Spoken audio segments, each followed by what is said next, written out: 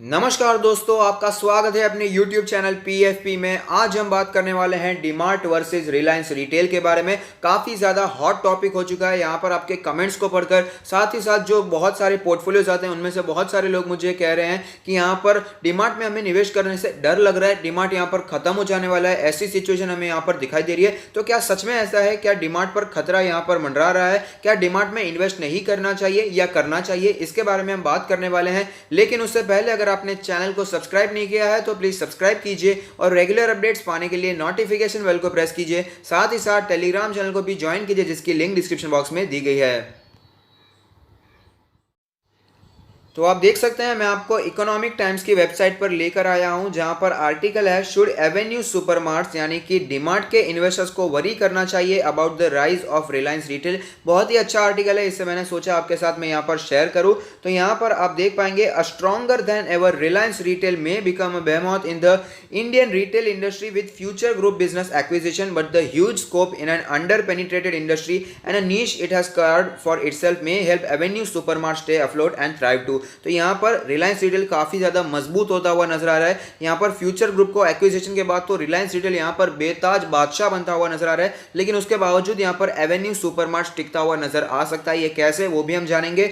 However, the company that operates hypermarket chain DMart may have missed the bus as far as the online grocery segment is concerned. At that may be one area it will be need to address, said analyst. तो यहाँ पर analyst का मानना है कि डीमार्ट ने अच्छा कामकाज किया है, लेकिन जो ऑनलाइन का कामकाज है, ऑनलाइन ग्रोसरी सेगमेंट है, वहां पर डीमार्ट हमें पीछे रहता हुआ नजर आता है। The Future Group deal will add nearly 33% of incredible grocery revenue to Reliance and the combined entity will have 2 times grocery revenue compare to Avenue supermart. तो यहां पर एवेन्यू सुपरमार्ट जितना ग्रोसरी रेवेन्यू जनरेट कर पाती थी उससे double यहां पर रिलायंस रिटेल कर पाएगी। तो इस पर तो कोई भी डाउट नहीं है कि रिलायंस रिटेल यहां पर बड़ी कंपनी निकल कर आती है। डीमार्ट के पास है 216 large format stores and is growing it's network in clusters in India. In comparison future retail has around 290 large format big बाजार stores while Reliance Retail has a total of 797 grocery stores including large format, smaller Reliance Fresh and cash and carry stores। तो यहाँ पर आप देख पाएंगे डीमार्ट के पास सिर्फ और सिर्फ 216 स्टोर्स यहाँ पर दिखाई देते हैं, जबकि रिलायंस के पास है 797 प्लस 290। तो आप देख पाएंगे सिर्फ फ्यूचर रिटेल के पास ही यहाँ पर डीमार्ट से ज्यादा स्टोर्स हमें यहाँ पर दिखाई दे रहे हैं। उसके बावजूद डीमार्ट यहाँ पर हमें अच्छा परफॉर्म करता हुआ नजर आ सकता है। ऐसा क्यों, आगे आर्टिकल में हमें पता चलने वाला है। However, this will not derail the DMart story, say HSBC analyst, and they maintained a buy rating on the stock with a target price of 2750। उन्होंने कहा है कि भले ही यहाँ पर रिलायंस रिटेल मजबूत होता हुआ नजर आ रहा है, लेकिन डीमार्ट यहाँ पर खत्म नहीं होने वाला है। HSBC का मानना है कि अभी भी डीमार्ट अच्छा परफॉर्म करेगा और उन्होंने 2750 का यहाँ पर टारगेट भी दिया है। We think DMart has the right business model and low cost approach to retailing is a key competitive advantage.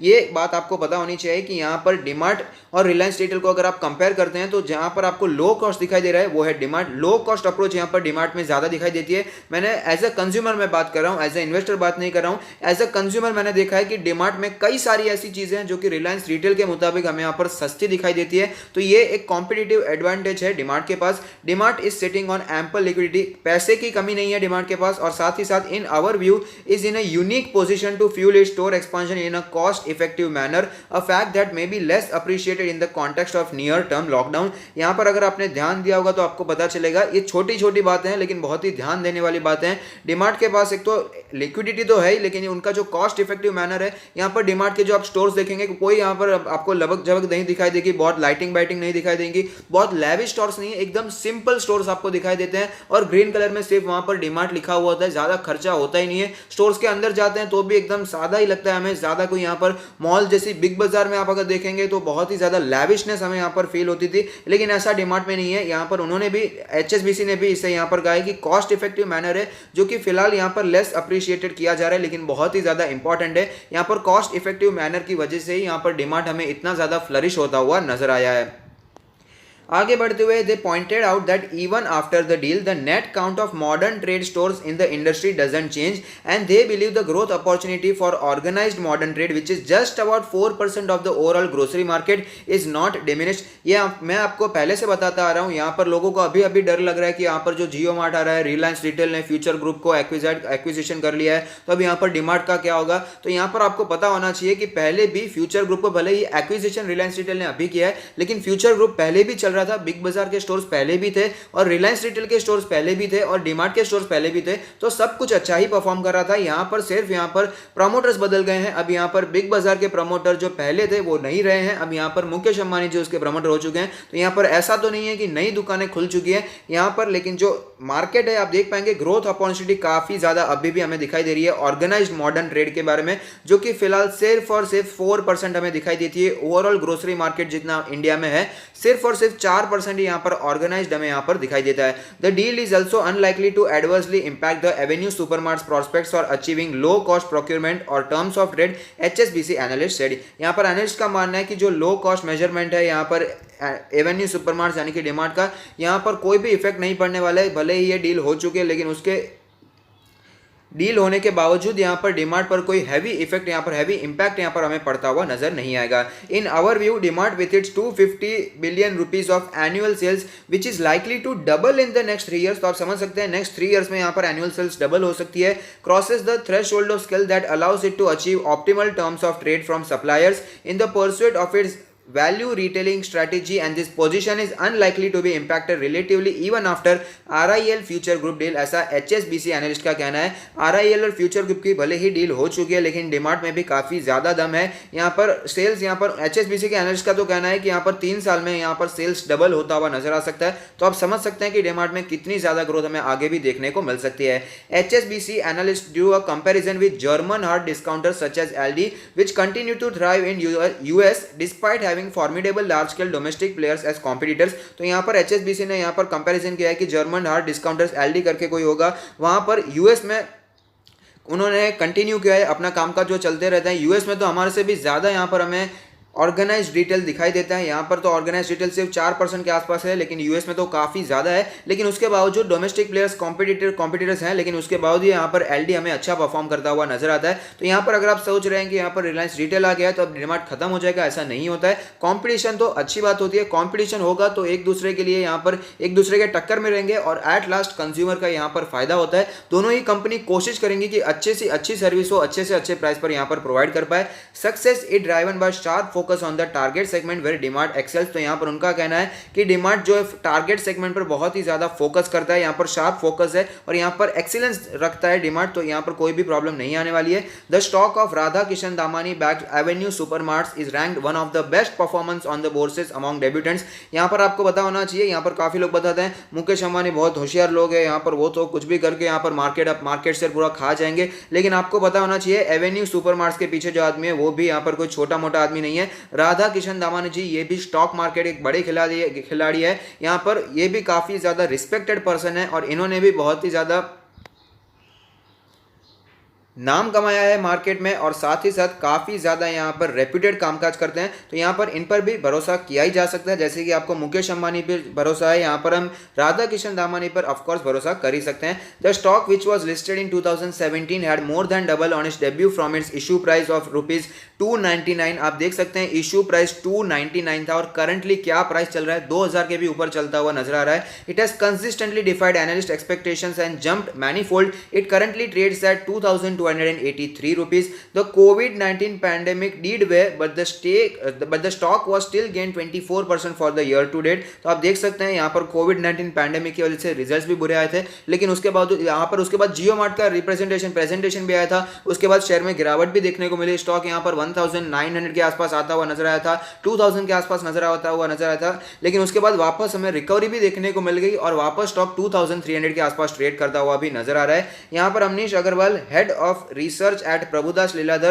said organized retail formed only 7 to 8% of the overall retail market in India, leaving enough scope for existing players and even potential ones to grab a pie। तो यहाँ पर आप देख सकते हैं जो यहाँ पर ऑर्गेनाइज्ड रिटेल, जो कि हम यहाँ पर डीमार्ट की बात कर रहे हैं, रिलायंस रिटेल, बिग बाजार, ये जो ऑर्गेनाइज्ड रिटेल है वो अभी भी सिर्फ और सिर्फ 7 to 8%, यानी कि बहुत ही ज्यादा स्कोप अभी यहाँ पर बाकी है। तो यहाँ पर घबराने की जरूरत नहीं है। While Agarwal agreed that Reliance Retail would become a behemoth, he said it would still not disrupt the trajectory of Avenue Supermarts। उनका कहना है कि रिलायंस रिटेल भले ही बड़ा हो रहेगा लेकिन एवेन्यू सुपरमार्ट्स को यहाँ पर काट कर आगे चला जाएगा, ऐसी सिचुएशन नहीं होने वाली है। With this acquisition Reliance becomes very strong in the retail space. More importantly future group supply chain is also coming in along with the stores which had become a household name. On ground presence of RIL will be very strong. तो यहाँ पर on ground देखने हमने देखा भी कि डिमार्ट से कहीं ज्यादा स्टोर्स हमें रिलायंस रिटेल और साथ ही साथ बिग बाजार के दिखाई देते हैं। तो ग्राउंड लेवल पर रिलायंस रिटेल का जो नेटवर्क है काफी ज्यादा स्ट्रॉन्ग होता हुआ जरूर हमें नजर आएगा।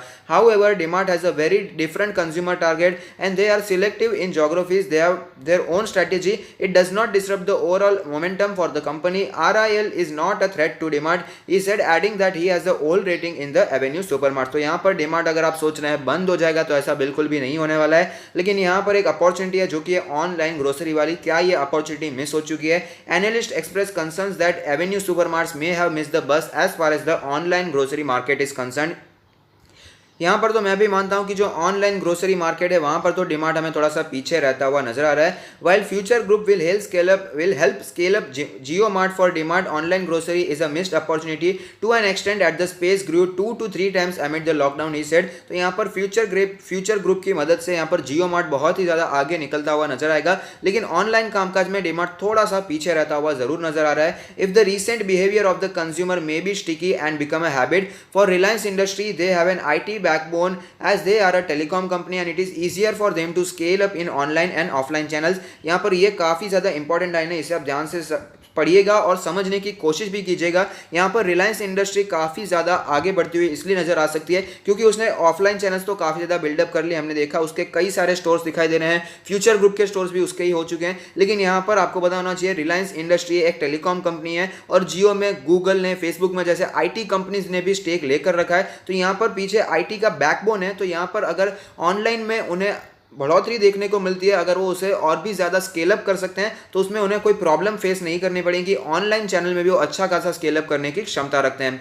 Multiple estimates predict e grocery which is currently less than 0.3% of the total grocery market to continue to grow 8 to 10 times over next 4 to 5 years, reaching $25 to $30 billion in sales, supported by rising internet penetration, increasing digital awareness and embracing delivery convenience। According to India Brand Equity Foundation, the share of Indian organized retail will double to 18% in 2021 from 9% in 2017. Likewise, e-commerce is expected to more than double to 7% from the previous 3% in the same period। तो यहाँ पर आगे जाकर हमें जो organised retail का मामला है वो भी आगे जाकर बढ़ता हुआ नजर आएगा और साथ ही साथ ई-कॉमर्स में भी हमें यहाँ पर अच्छी खासी ग्रोथ देखने को मिल सकती है।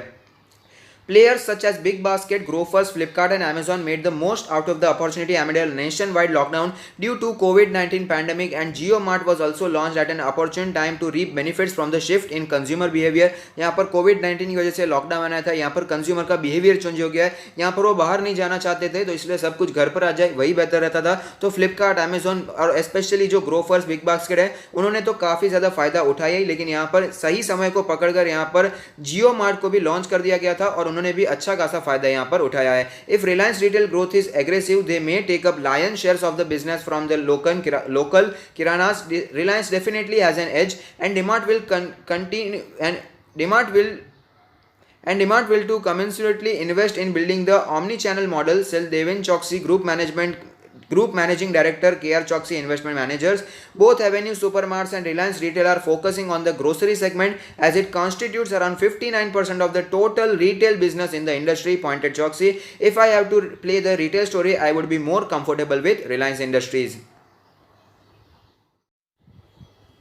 तो यहाँ पर आर्टिकल को देखकर हमें एक बात तो समझ में आ गई है कि रिलायंस रिटेल काफ़ी ज़्यादा आगे निकल चुका है इन कंपैरिजन टू डिमार्ट। यहाँ पर डिमार्ट के जो ऑफलाइन चैनल्स है वो तो हमें कुछ 200 के आसपास दिखाई दे रहे थे, लेकिन रिलायंस रिटेल के और बिग बाजार के कंबाइंड देखें तो 1000 के भी ऊपर जाते हुए नजर आते हैं। तो आप समझ सकते हैं रिटेल में अगर बात करें तो ऑफलाइन चैनल्स भी रिलायंस रिटेल के ज़्यादा दिखाई दे रहे हैं और साथ ही साथ ऑनलाइन में भी हमें यहाँ पर रिलायंस रिटेल ही जोर मारता हुआ नजर आएगा क्योंकि उसके पास IT का बैकबोन है, क्योंकि वो जियो में भी कामकाज करता है। जियो मार्ट के द्वारा वो यहाँ पर घर घर डिलीवरी पहुँचा सकता है, लेकिन यहाँ पर डिमार्ट में IT बैकबोन हमें देखने को नहीं मिलता। जियो में जिन्होंने इन्वेस्ट किया है, गूगल ने इन्वेस्ट किया है, फेसबुक में इन्वेस्ट किया है, तो ये सारी IT कंपनीज है जो कि सपोर्ट कर सकते हैं यहाँ पर जियो मार्ट को। यहाँ पर डिमार्ट में ऐसी कोई सिचुएशन देखने को नहीं मिलती है। हालांकि क्लियरली हमें पता चलता है कि एवेन्यू सुपरमार्ट्स भी खत्म नहीं होने वाला है। कंपटीशन तो अच्छी बात होती है, अगर कंपटीशन होगा तो एक कंपनी एक दूसरे को देखकर सीखने की कोशिश करेगी और दोनों को ग्रोथ की यहाँ पर अपॉर्चुनिटीज दिखाई देगी। और जैसे कि हमने कहा यहाँ पर ऑर्गेनाइज रिटेल काफ़ी ज़्यादा हमें कम देखने को मिल रहा है। 10% से भी कम का यहाँ पर ओवरऑल ग्रोसरी का जो मार्केट है, 10% से भी कम का मार्केट हमें यहाँ पर ऑर्गेनाइज दिखाई देता है। तो काफ़ी ज़्यादा स्कोप ऑलरेडी यहाँ पर बचा है। अगर कोई तीसरा प्लेयर भी आ जाता है तो भी कोई यहाँ पर प्रॉब्लम हमें देखने को नहीं मिल रहा है, ऐसा यहाँ पर आर्टिकल में हमने पढ़ा था। तो यहाँ पर एवेन्यू सुपरमार्ट्स खत्म हो जाएगी, बंद हो जाएगी। अगर आपको ये टेंशन हो रहा है तो ये टेंशन निकाल देंगे, उतना ही बेहतर होगा। तो एवेन्यू सुपरमार्ट्स का लास्ट ट्रेडेड प्राइस है 2239 रुपीज। मार्केट कैप है 1,45,000 करोड़ के आसपास। दिग्गज कंपनी है। पी रेशियो 136.3 है। इंडस्ट्री का पी 106.92 है। प्राइस टू बुक रेशियो है 13.03।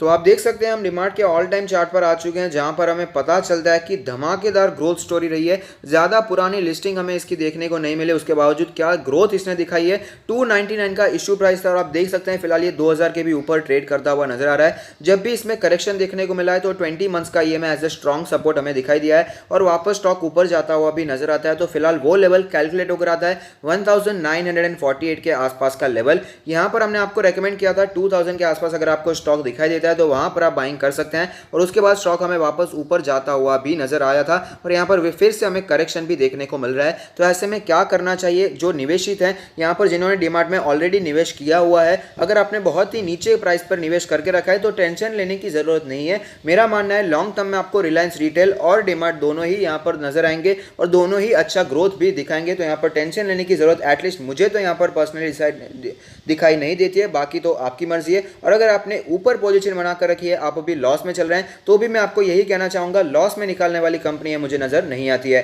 और अगर बात करें यहाँ पर फ्रेश बाइंग के बारे में, तो इन्वेस्ट करना चाहिए नहीं करना चाहिए, क्योंकि फ्रेश बाइंग करना है तो यहाँ पर आपके पास तो ऑप्शन है, रिलायंस में जा सकते हैं या फिर हम डिमार्ट में भी जा सकते हैं। तो मेरा मानना है डिमार्ट और रिलायंस दोनों ही अच्छी कंपनीज है। यहाँ पर आप यहाँ दोनों में से किसी भी एक कंपनी में इन्वेस्ट कर सकते हैं या फिर दोनों में इन्वेस्ट कर सकते हैं, क्योंकि रिलायंस तो सिर्फ रिलायंस रिटेल नहीं है, वहाँ पर हमें अलग अलग कंपनीज देखने को मिलती है। ऑयल एंड पेट्रोकेमिकल देखने को मिलता है, गैस देखने को मिलता है, टेलीकॉम देखने को मिलता है, साथ ही साथ यहाँ पर हमें रिलायंस रिटेल देखने को मिलता है। तो काफ़ी ज़्यादा डाइवर्सिफाइड कंपनी है और डिमार्ट यहाँ पर स्पेशली रिटेल में ही कामकाज कर दिया है। तो यहाँ पर अगर आप इन्वेस्ट करना चाहते हैं तो मेरा मानना है कि यहाँ पर 2000 के नीचे ही यहाँ पर आपको वैल्यू मिलेगी और 2000 के आसपास हमने आपको यहाँ पर रेकमेंड भी किया था। तो अगर आपको स्टॉक 2000 के नीचे मिलता है तो वहाँ पर आप बाइंग के बारे में सोच सकते हैं, वरना फिलहाल के लिए थोड़ा वेट करेंगे तो ही बेहतर रहेगा। और सिचुएशन के हिसाब से तो यही लगता है कि ऑनलाइन चैनल ही काफ़ी ज़्यादा ग्रो करने वाला है और उसमें यहाँ पर हमें रिलायंस रिटेल आगे बढ़ता हुआ नजर आ रहा है। लेकिन ऐसा मत सोचिएगा कि डिमार्ट यहाँ पर पीछे यहाँ पर बैठ जाएगा, कुछ नहीं करने वाला है। इनके जो प्रमोटर्स है वो भी काफ़ी ज़्यादा चतुर व्यक्ति हैं, वो भी यहाँ पर कामकाज जरूर करेंगे। डिमार्ट के भी यहाँ पर ऑनलाइन कामकाज शुरू हो चुके हैं, कई समय से शुरू हो चुके हैं और वो भी काफ़ी अच्छा यहाँ पर परफॉर्म करते हुए नजर आ रहे हैं। तो टेंशन लेने की जरूरत बिल्कुल भी नहीं है, अपने पोर्टफोलियो में से रखा जा सकता है। और साथ ही साथ अगर आप अपना पोर्टफोलियो हमसे रिव्यू करवाना चाहते हैं तो उसका लिंक भी अपने डिस्क्रिप्शन बॉक्स में दे दिया है। तो अगर आपको ये वीडियो पसंद आता है तो लाइक कीजिए, शेयर कीजिए, कमेंट कीजिए, सब्सक्राइब कीजिए और मुझे मोटिवेट कीजिए। Thank you, stay happy, happy investing.